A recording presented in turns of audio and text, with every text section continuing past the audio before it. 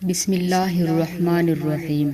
امام جلال الدین رومی ایک حکایت میں لکھتے ہیں کہ ایک شخص نے حضرت موسیٰ علیہ السلام سے درخواست کی کہ اسے چوپایوں اور پرندوں کی بولی سکھا دیں۔ آپ نے اسے منع کیا کہ یہ بات خطرناک ہے، وہ اس سے باز رہے۔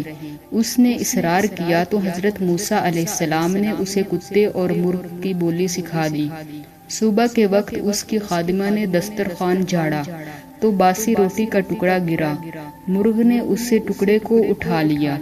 کتا مرغ کے پاس آیا اور اس نے کہا کہ مرغ تو دانا بھی چگ سکتا ہے اور کتا دانا کھانے سے عاجز ہے، لہٰذا مرغ وہ روٹی کا ٹکڑا اسے دے دے۔ مرغ نے کتے سے کہا کہ چپ ہو جا، غم نہ کر، آقا کا گھوڑا کل مر جائے گا، تجھے اللہ پیٹ بھر کر کھانا کھلائے گا۔ مالک ان کی بولی سمجھ رہا تھا، اس نے گھوڑا فروخت کر دیا اور اپنے آپ کو نقصان سے بچا لیا۔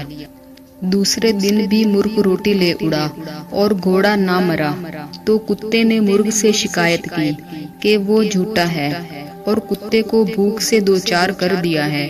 مرغ نے کتے کو تسلی دی کہ گھوڑا مرا تو ہے لیکن دوسرے گھر میں، فکر نہ کر، کل مالک کا خچر مر جائے گا اور اسے صرف کتے ہی کھا سکیں گے۔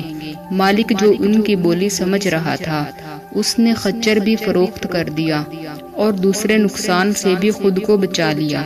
دوسرے دن خچر کے مرنے کا واقعہ نہ ہوا تو کتے نے مرغ سے شکایت کی کہ تجھے آئندہ کی کوئی خبر نہیں ہوتی، ڈینگے مارتا رہتا ہے، تو جھوٹا ہے۔ مرغ نے کہا کہ ایسا نہیں، خچر دوسری جگہ جا کر مر گیا ہے، کل اس کا غلام بیمار پڑے گا اور جب وہ مرے گا تو یہ کتوں اور مانگنے والوں کو روٹیاں کھلائے گا۔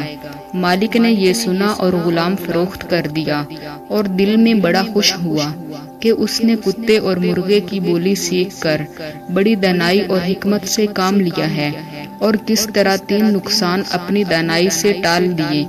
تیسرے دن اس محروم کتے نے مرغ سے شدید شکایت کی، اسے جھوٹا، فریبی اور دغا باز کہا۔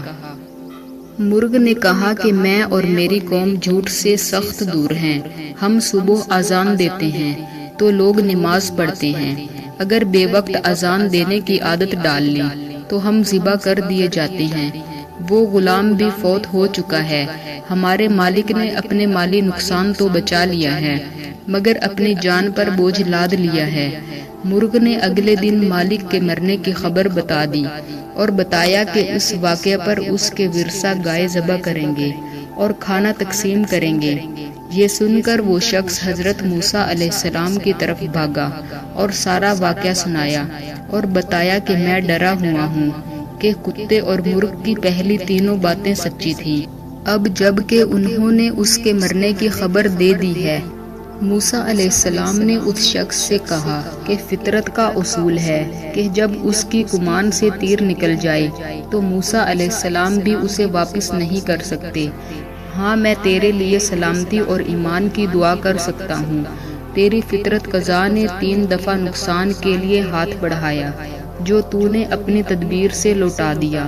اگر تو ایسا نہ کرتا تو قضا تیرے مالی نقصان سے پلٹ جاتی اور یہ بڑی مصیبت اس قدر جلدی تیرے سامنے نہ آ کھڑی ہوتی۔